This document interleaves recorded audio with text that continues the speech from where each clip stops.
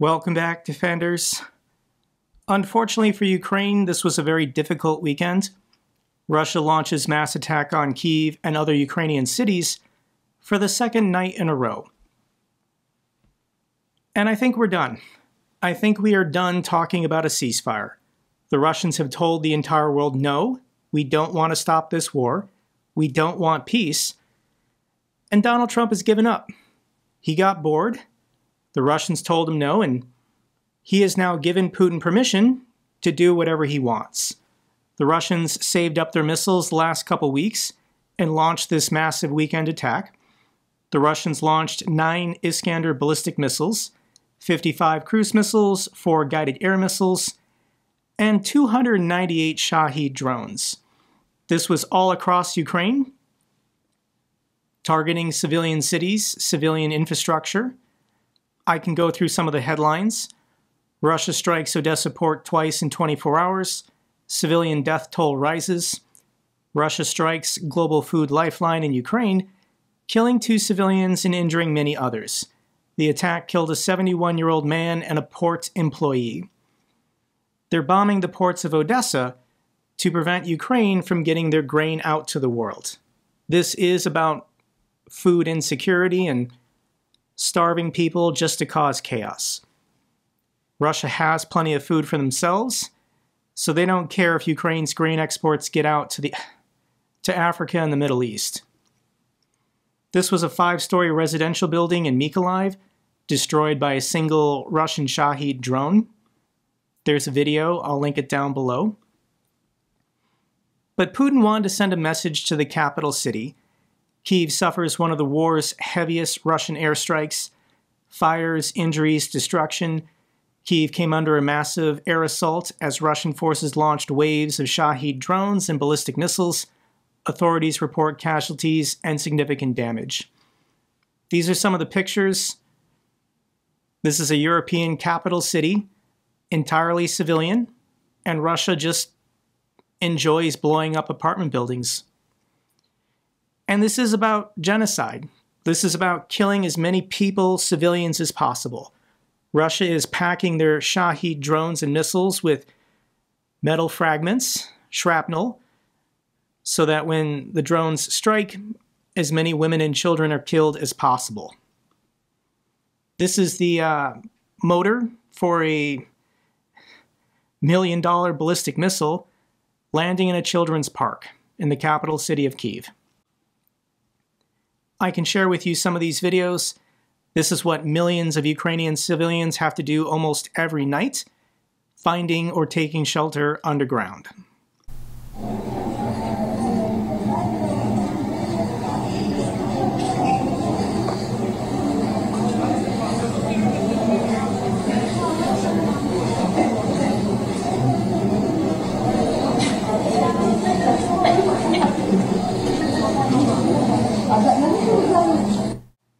It's another long night on the cold tile in the Kyiv metro stations.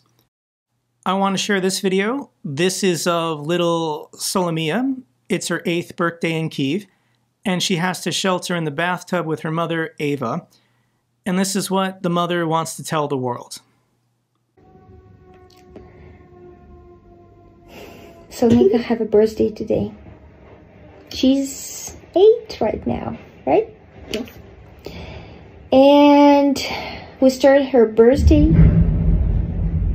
with sounds of missiles, bombing, and drones. In bathroom. This is the reality of childhood in Ukraine.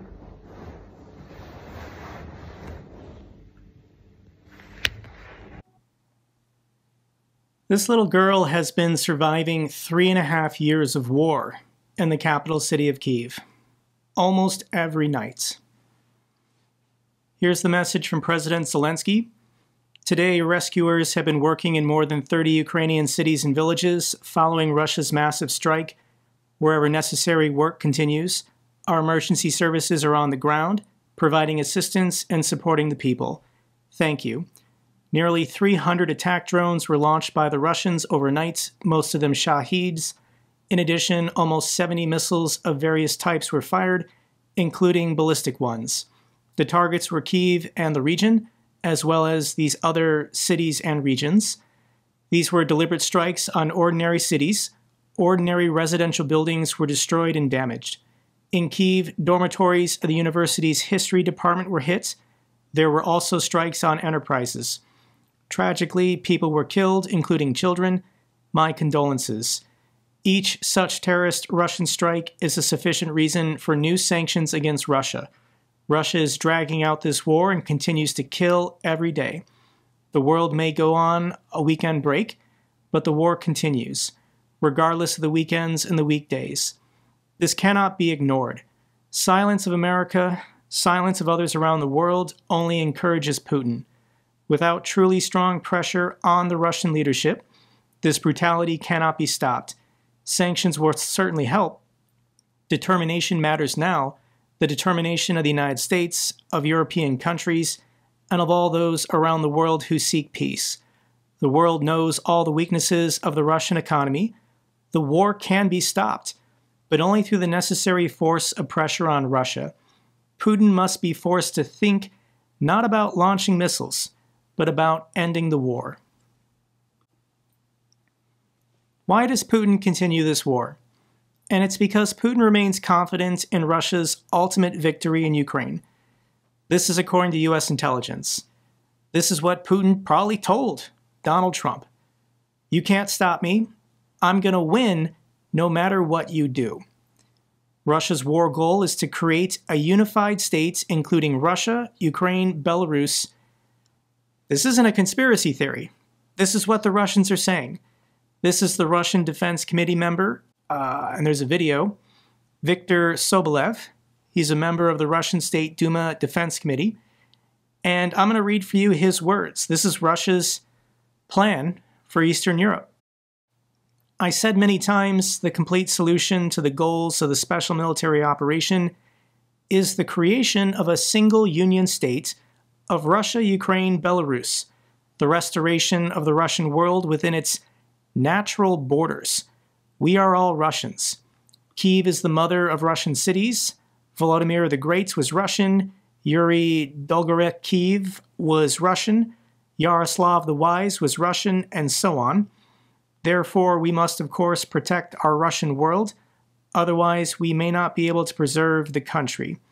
To solve these problems and achieve these goals, we certainly need a powerful, well-trained, well-armed army, and of course, patriotic military education of our youth, and not only our youth. He then goes on to say that everyone in Russia's society has to be conditioned to accept that this is the new normal. There's going to be continuous warfare for decades to come for Russia to get back their 1914 borders, basically. Now, this member is saying Belarus, Ukraine, and Russia, but he also said natural borders. The natural borders would be to extend all the way to the Baltic Sea, to the Carpathian Mountains, to this river running through Poland. Russia is telegraphing to the world as soon as they take Ukraine, they're going to take Moldova, they're going to take the Baltics, they're going to connect mainland Russia with Kaliningrad, and they're never going to stop interfering in the elections of all the other European nations.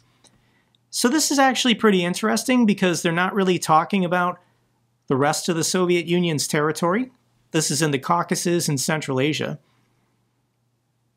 And we don't have to pretend why. We know the reason why. Russia wants to absorb into their empire white people and Christians, and they are less interested in invading and annexing nations full of brown people and Muslims. The Russians are racist. That's not me.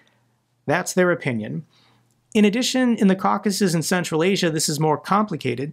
There are overlapping spheres of influence between other rival powers. Turkey has influence over the Caucasus. China has influence over Central Asia. Iran, also to a certain extent, exerts influence in these regions. And Russia doesn't want to compete. They'd rather go for the easy prey of Eastern Europe, Because it's been 3.5 years, and the rest of Europe has not stopped the Russians. I know everyone wants to be angry at the United States and blame America for everything, but it's been 3.5 years. Europe can be doing more. This is the thoughts of Mikhail Khodorkovsky. He used to be Russia's wealthiest man, and Putin put him in jail for 10 years. I actually just finished reading his book. I highly recommend it. It was pretty good. How to Slay a Dragon. And Mikhail Khodorkovsky lives in exile. He escaped Russia, and he's now an advocate for political change, political reform. And this is his message to the rest of the world about Putin.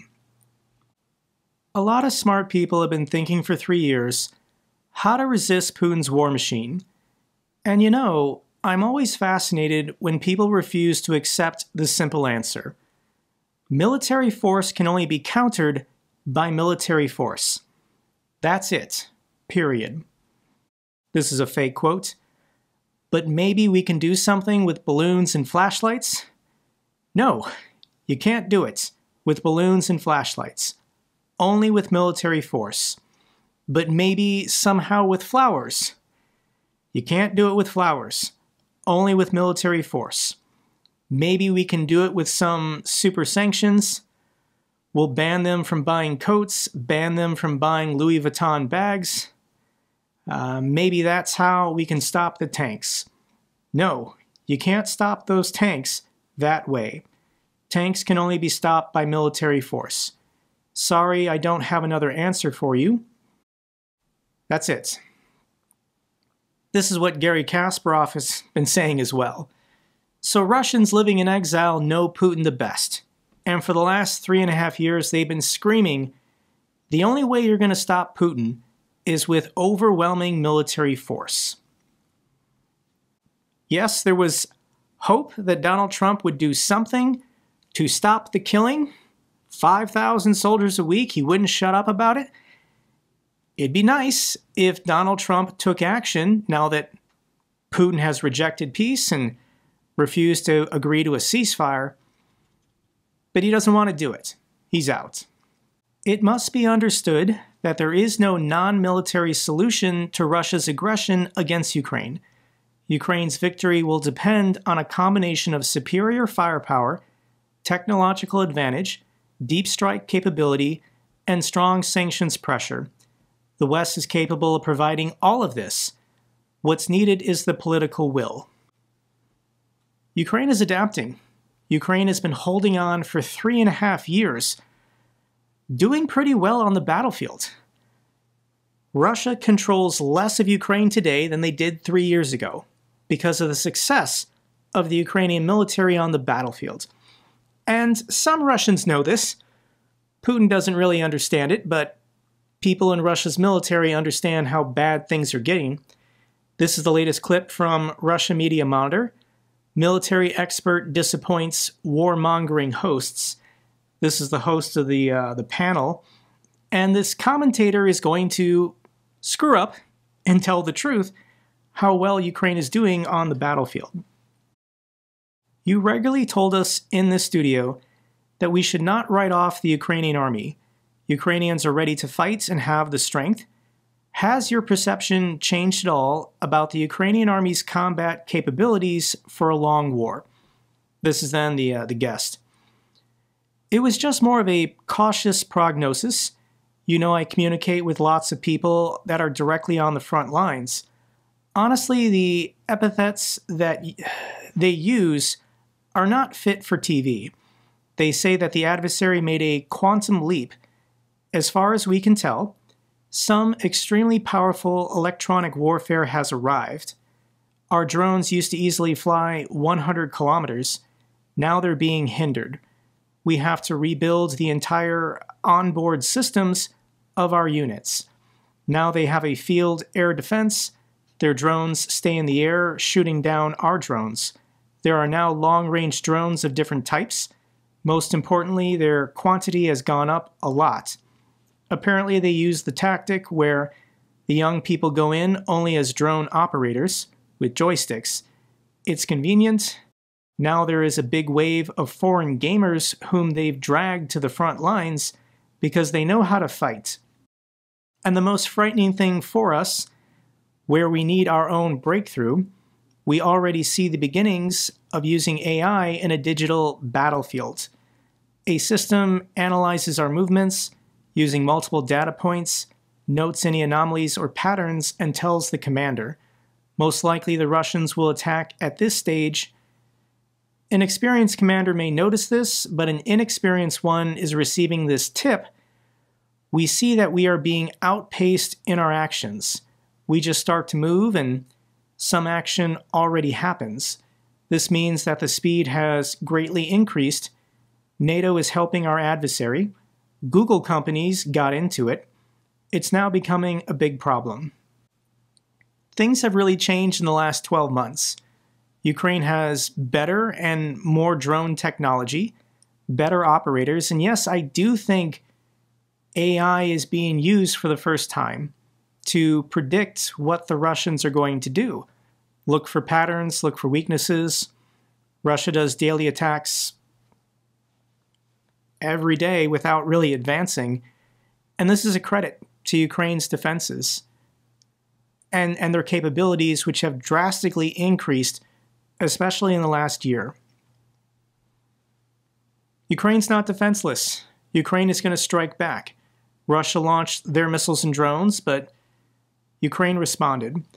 Russian army downs over 100 Ukrainian drones in a third night of air attacks from Ukraine inside of Russia. So we don't really get good reports, good pictures and videos inside Russia. Russians who post on social media successful Ukrainian attacks, they risk going to jail, so it's hard to get good information out. But we do have some awareness of what went on the last couple nights. Russian Migalova Air Base hit by a kamikaze drone. There is a video of civilians near the air base. What exactly was hit? It's unclear. Ukrainian drones hit Russian military train with fuel in occupied Zaporizhia. This video is on YouTube. I'll put all these videos down below, but yep, that's a fuel train passing through Zaporizhia. And this is outside of drone range, like FPV range from the front lines. So there are partisans in the occupied territories with their own explosives and FPVs somehow, and they went after this fuel train and successfully struck it. Russian air base in Tver Oblast attacked by drones. No damage assessment given. Russian chemical plant, missile parts manufacturer targeted in alleged Ukrainian drone strike.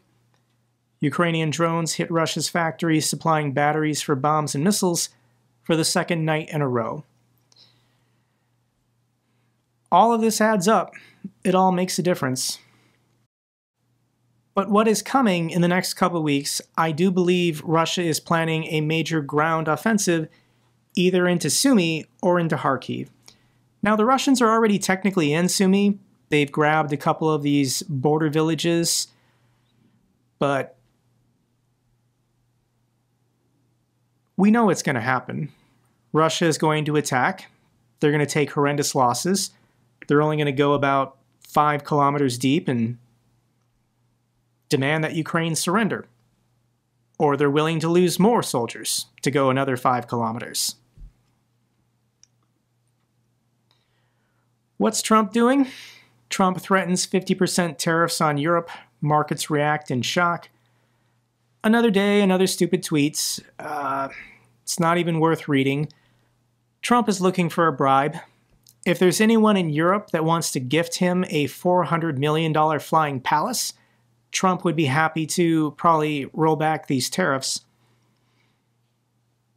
But to my friends in Europe, there's no solution here. Trump is going to continue doing this to everyone in the world for the remainder of his presidency. He loves it. Placing absurd tariffs on other countries is how he thinks he can extract benefits and rewards for himself and his family. It's just corruption. And he has the global economy held hostage. Trump is not going to talk about Ukraine anymore because he doesn't see a solution. Trump doesn't believe if he applied pressure on Putin and the Russians that they would stop anyways. But Trump has done something unusual, and I think he has given permission to congressional Republicans to do whatever they want. We stand ready to act. Top Senate Republican backs Ukraine peace and threatens Putin. This is U.S. Senator John Thune, and he is the new Republican majority leader in the Senate, replacing Mitch McConnell. And this is overwhelming. Blumenthal and Graham's hard-hitting sanctions bill has over 80 co-sponsors. 81 out of 100 United States senators are saying they want to vote for this sanctions package against Russia, and I think this is going to happen relatively soon. These congressional Republicans would not be saying and doing this if Trump didn't say it was okay. Trump is telling congressional Republicans, if you want to be pro-Ukraine or critical of Russia, you can do that, and I won't punish you. I won't criticize you, but I, Trump, want to maintain my personal friendship with Vladimir Putin and Russia. So I hate to tell you guys this, but this is Senator Lindsey Graham saying well done to Republican Representative Brian Fitz for setting up the potential of a discharge petition regarding the Sanctioning Russia Act of 2025. The discharge petition will ripen as soon as June 3rd, and it only needs 218 signatures. Do you remember discharge petitions? If Speaker Johnson refuses to schedule a vote, then you can force a vote if 218 members of the House sign this discharge petition within 30 days. So potentially the first week in June, Congress is going to act and they're going to pass sanctions on Russia. These will be veto-proof majorities, so Trump can just tell Putin he couldn't stop it. But Trump is going to allow these sanctions to happen. This wouldn't be moving forward in Congress by Senator Lindsey Graham if Trump cared, which I don't think he cares anymore at all, about anything really. I'll link the bill down below if you want to read it for yourself. This is the PDF. This is on congress.gov. It's not great. It's not a great situation. As an American, I am ashamed. I am embarrassed. This is probably one of the weakest points in America's history. We've never had a weaker president than Donald Trump, but we're not going to stop. The decent people living in the United States who still support freedom and democracy around the world, we're never going to abandon Ukraine. Russia will be defeated. But the ball is now in Europe's court, with Trump more interested in a future trade deal with Russia than saving Ukraine. Europe must step up now or risk emboldening the Kremlin, who's going to attack a NATO country next. So what are the Europeans doing? Chancellor Merz attends a ceremonial birth of Germany's first overseas brigade in 80 years. This is a German brigade deploying to Lithuania to help protect NATO's eastern flank.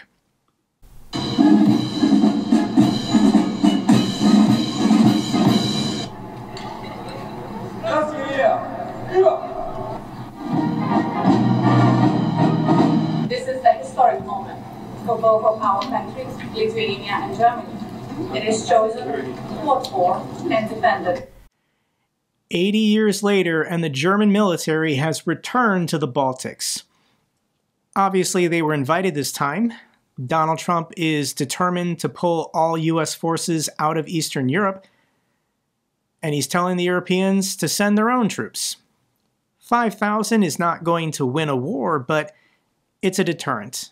If Russia chooses to invade Lithuania, Vilnius is the first city the Russians would attack if they invaded the Baltics. They want to close the Suwalki Gap and connect Belarus with Kaliningrad. So these 5,000 German soldiers are being stationed here as a deterrent to prevent Russia from considering attacking the Baltics. But if Ukraine doesn't hold, more wars are coming. This is what everyone in Europe needs to understand. I'm not lecturing you guys. You guys have been incredible with your financial, humanitarian, and even military assistance. But the clock is running out. It's been 3.5 years. The United States is useless. You cannot rely on the United States for anything ever again. Do this, please. EU debates suspending Hungary's voting rights. You can give them the voting rights back once they remove Viktor Orban or this war is over. But 3.5 years, why are we still debating this? This guy is corrupt and he serves Russia. EU moles cutting over 20 Russian banks from the SWIFT network and banning the Nord Stream in a new sanctions package. That sounds great, but why haven't we done that? Why are there still 20 Russian banks connected to the SWIFT payment network after 3.5 years? This is controlled by the banks in Belgium. Only Belgium can do this. Let's do it. Time is running out. And sanctions do work. There are going to be more European and UK or G7 sanctions packages. And here's proof. It works. Russia's largest shipping firm reports a $393 million loss in Q1 as the West targeted the shadow fleet back in December. So Russia's largest shipping company, Sovcomflot, posted a loss of $393 million in the first 3 months of this year, a dramatic reversal from a $216 million profit first quarter last year. Their losses exceeded their total revenue, which fell by 48% as a result of these sanctions imposed by President Biden and the G7 on Russia's shadow fleet tankers. So when does this lead to a breakdown of the Russian economy? And what's happening now is all of these private companies are running huge deficits. Financially, this doesn't make any sense. A responsible CEO who has a fiduciary obligation to his shareholders would never do this. But the Kremlin is telling these private Russian companies, you have to. You have to borrow money. You have to operate at a loss to keep the war machine going and keep the Russian economy going. But it's all borrowed money. It's all on borrowed time. All of these companies are on the verge of bankruptcy. None of them soon will be able to make their minimum payments on their debt. This isn't capitalism. Putin controls the CEOs of all these companies and tells them what to do when it doesn't financially make any sense. I do want to mention this one bad piece of news for the Russians. Russian military helicopter goes down near Oriel. Crew is reportedly dead. Ukraine had nothing to do with this. The speculation is there was an onboard detonation of ammunition leading to the helicopter going down. Let's get to the good news for Ukraine. Ukraine gets the last pledged Dutch F-16 fighter jets tomorrow. Thank you so much to the Dutch. Ukraine needs these F-16s for air defense.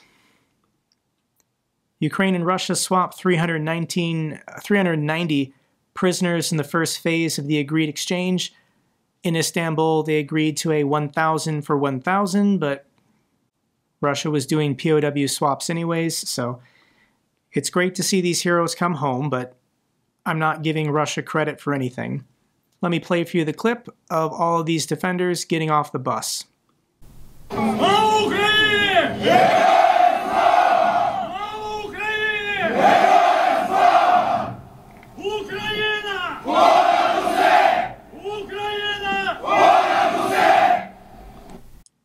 Welcome home.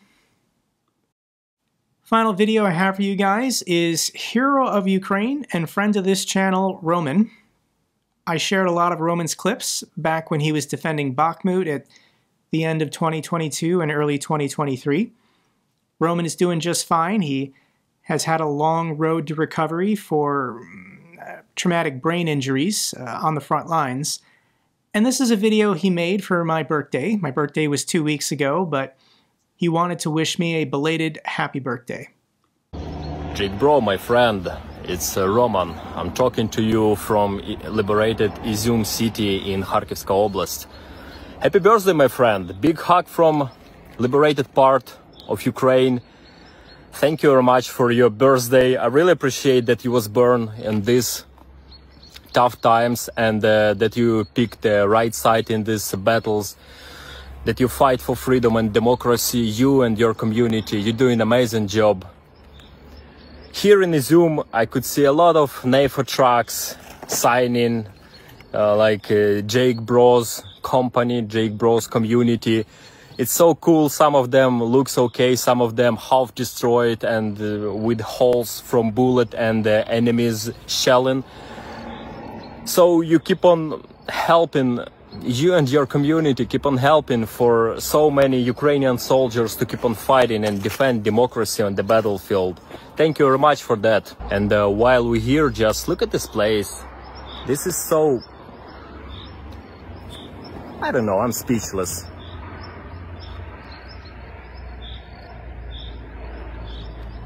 This is the land and freedomness, what we're fighting for, and together with you and Western supporters, we have opportunity to keep on fighting and keep on resist.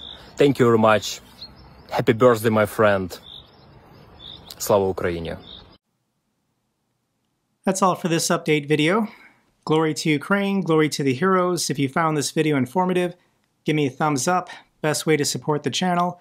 Comments and questions, let me know down below. I love hearing from you guys. Till the next video, keep defending the truth, keep defending democracy.